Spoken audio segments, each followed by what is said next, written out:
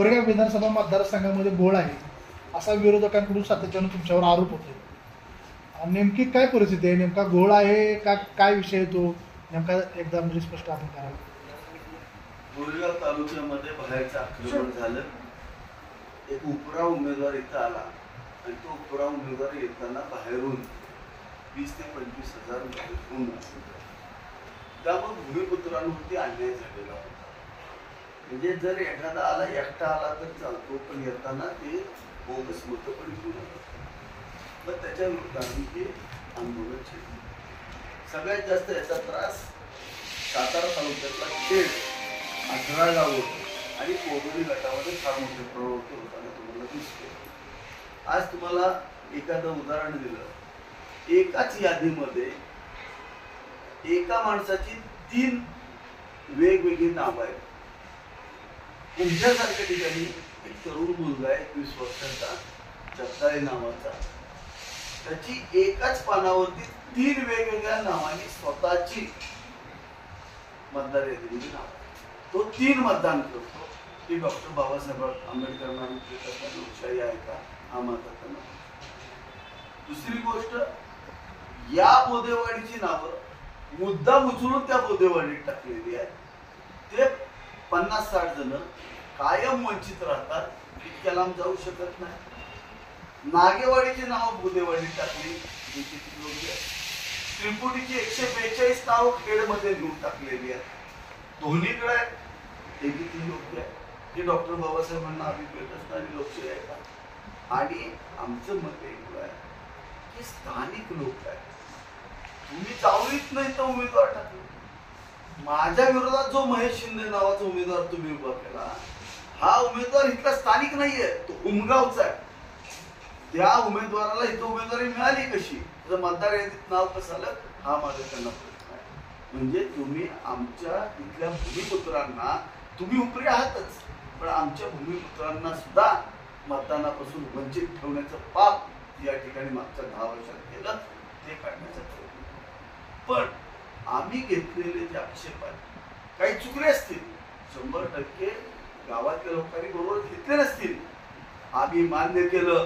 जे स्थानिक लोक राहतात त्यांच्याबद्दलची ऑब्जेक्शन आम्ही माघारी वकिलांच्या मार्फत दिली, हे आम्ही प्रामाणिकपणे या ठिकाणी सांगतो. पण तुम्ही केलेलं पाप काय आहे? तुम्ही आमच्या 2800 लोकांवरती ऑब्जेक्शन घेतलं. त्याच्यामध्ये विद्यमान 31 सरपंच जे इतर राहतात, भूमिपुत्र आहेत, अशा 31 सरपंचांवरती तुम्ही तर मतदार यादीवरती ऑब्जेक्शन घेतलं. हे तुम्ही कुठला प्रकार केला? तुम्ही पण ऑब्जेक्शन घेतली, आम्ही पण घेतली. आम्ही मयत पावलेल्या लोकांवरती घेतली. आम्ही तुम्ही जावळीत नाही ताणलेल्या मतांवरती घेतली.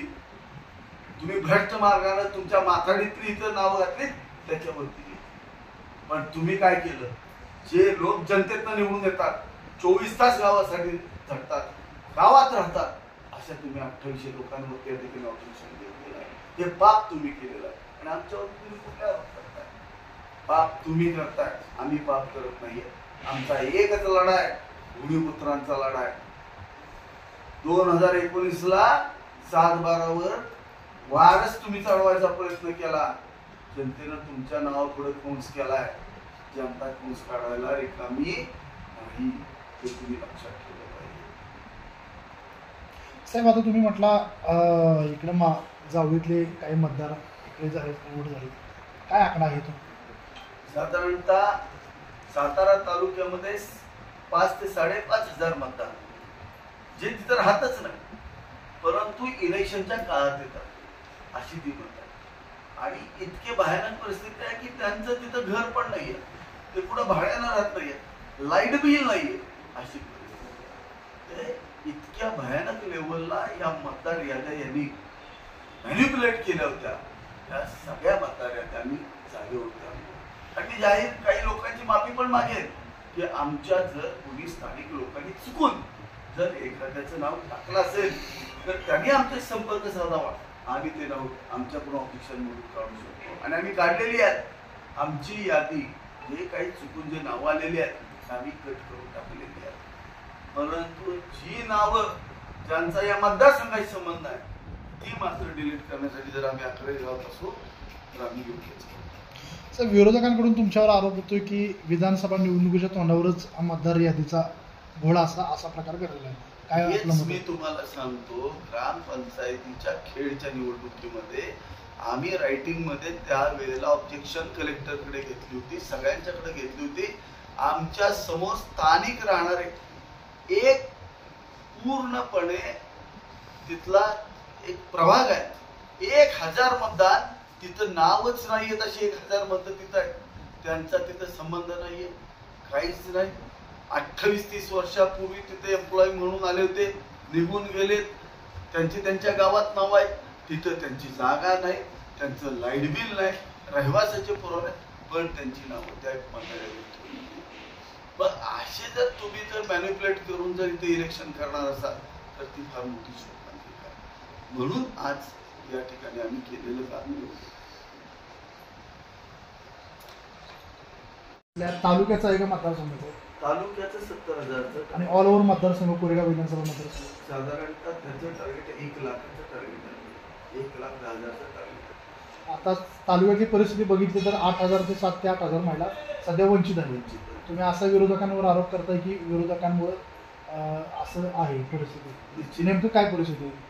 निश्चित आमचे विरोधक स्वतः घेत आहेत लाभ आणि गोरगरीब महिलांना जाऊन सांगतात ही कसवी आहे, चुकीची आहे आणि हीन पातळीवरचं राजकारण करत आहे.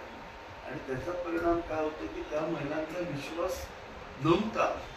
पण आता मी 18,000 महिलांनी त्यांच्याशी आम्ही संपर्क साधला, त्याने ऍप्लिकेशन केलं आणि आता त्यांना लाभ मिळाला.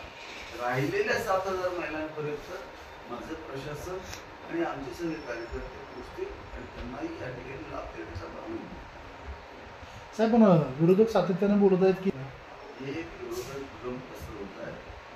तुम्ही पाहिलं असेल, ज्या वेळेला मी ही गोष्ट बोलल्यानंतर स्वतः राष्ट्रवादी काँग्रेस पक्ष शरद पवार गटाचे प्रदेशाध्यक्ष जयंतजी पाटील साहेब स्वतः म्हणाले आमचं सरकार आल्यानंतर सुद्धा ही योजना मी चालू ठेवू. म्हणजे ही योजना चालू ठेवणं शक्य आहे का? तर शक्य आहे. जे लोक म्हणून ही योजना चालूच शकत नाही ते लोक अशा पद्धतीचे वक्तव्य करतात, पण त्यांच्यावरती ती वेळच येणार नाही. ही योजना चालू केल्यामुळं पूर्ण ताकदीनं महिला वर्ग, सामान्य लोक आज सरकारबरोबर प्रामाणिक आहे आणि आज सरकारने जी कामं केलेली आहे त्याच्यामध्ये पूर्ण बहुमतानं महायुतीचं सरकार येणार आहे. साहेब, आजची राज्याची आर्थिक परिस्थिती पाहता ही योजना काही गोष्टी तुम्ही समजावून घेतल्या पाहिजे. एखाद्या कामावरती निकृष्ट दर्जाचं काम केलं आणि सातत्यानं पैसे टाकत बसला तर या ठिकाणी हे पैसे वाया जातात. मुंबई म्युनिसिपल कॉर्पोरेशनचं उदाहरण, मुंबई महानगरपालिकेमध्ये दरवर्षी हजारो कोटी रुपये हे फक्त रस्ते दुरुस्तीसाठी केले जाते, खड्डे बुजवण्यासाठी घेतले जाते. आज आदरणीय मुख्यमंत्री एकनाथ शिंदे साहेबांच्या नेतृत्वाखालच्या सरकारनं निर्णय घेतला, देवेंद्र फडणवीस साहेब होते, त्या सगळ्यांनी निर्णय घेतला आणि मुंबईचे सगळे रस्ते कॉन्क्रिटीकरण करायचा निर्णय घेतला. आता एकदा कॉन्क्रिटीकरण झालं की पुन्हा भविष्यामध्ये पैशाची गरजच लागणार नाहीये. मग जो पैसा शिल्लक राहतोय तो पैसा कुणाला द्यायचा? हा पैसा गोरगरिबांनाच पोचला पाहिजे. ही अत्यंत सुंदर योजना. जर तुम्ही भ्रष्टाचार बंद केला शासकीय योजनांना तर जो पैसा शिल्लक राहतो तो पैसा सामान्य माणसाला देऊ शकतो, पण त्याच्यामध्ये प्रामाणिकता आणि ती प्रामाणिकता या सरकारमध्ये आज कोरेगाव मतदारसंघ बघा संपूर्ण कॉन्क्रिटीकरण चाललंय. येत्या 2 वर्षामध्ये कुठलाही रस्ता करायची वेळ येणार नाही. मग जे पैसे PWDचे येत आहेत, आमच्या नगरपंचायतीचे येत आहेत, हे पैसे कल्याणकारी योजनांना आम्ही सुद्धा राबवू शकतो. अशा पद्धतीचे पैसे निर्माण होणार आहे. म्हणजे तुम्ही प्रामाणिक असाल खूप चांगल्या गोष्टी करू शकता. उदाहरणार्थ कोरेगावचं साहेब, पण आता जी मुख्यमंत्री लाडकी बहीण योजना आहे ही आगामी विधानसभेच्या दृष्टीने महायुतीच्या जमेची बाजू ठरली असं वाटतं का आपल्याला? 100% आज आम्हाला ही जमेची बाजू एकच आहे, पुण्यभूमी. गोरगरिबाचं घर हे चांगल्या पद्धतीने चाललं पाहिजे. गोरगरीब महिला या सुखी आणि समाधानी राहिल्या पाहिजे. हा एक उद्देश हे राज्याचं सरकार बदलताना प्रत्येक आमदाराच्या मनात होता. आणि तो उद्देश हा सगळं होताना दिसतोय तर सगळे आनंदी आहे. आणि त्याच्यापेक्षा जास्त जनता आनंदी आहे का, तर आज त्यांची फार मोठी भ्रांत हे टेन्शन असतं ते संपलेलं आहे. साहेब, संजय गांधी निराधार योजनेचंही मानधन 1500 रुपयेचं आहे, 1500 रुपये मिळतं. आता सर्वसामान्य महिलांनाही मानधन म्हणजे मुख्य लाडकी बहीण योजनेच्या माध्यमातून हे पैसे मिळणार आहेत. ही रक्कम वाढवण्याबाबत आपण महायुती सरकारच्या माध्यमातून काय प्रयत्न करणार आहात का? कारण विधवा महिला, अपंग वगैरे निराश्रित यांना गरजेची गोष्ट आहे त्यासाठी. संजय गांधी निराधार योजनेचं सुरू निर्णय केंद्र सरकार, आम्ही निश्चित या ठिकाणी संजय गांधी निराधार योजनेचे पैसे वाढवण्यासाठी प्रामाणिक प्रयत्न करू. पूर्वी काँग्रेसच्या काळात 500 रुपये होते, मोदी सरकारने 1000 रुपये वाढवून ते 1500 दिले. खूप ठिकाणी वाढ करण्याचा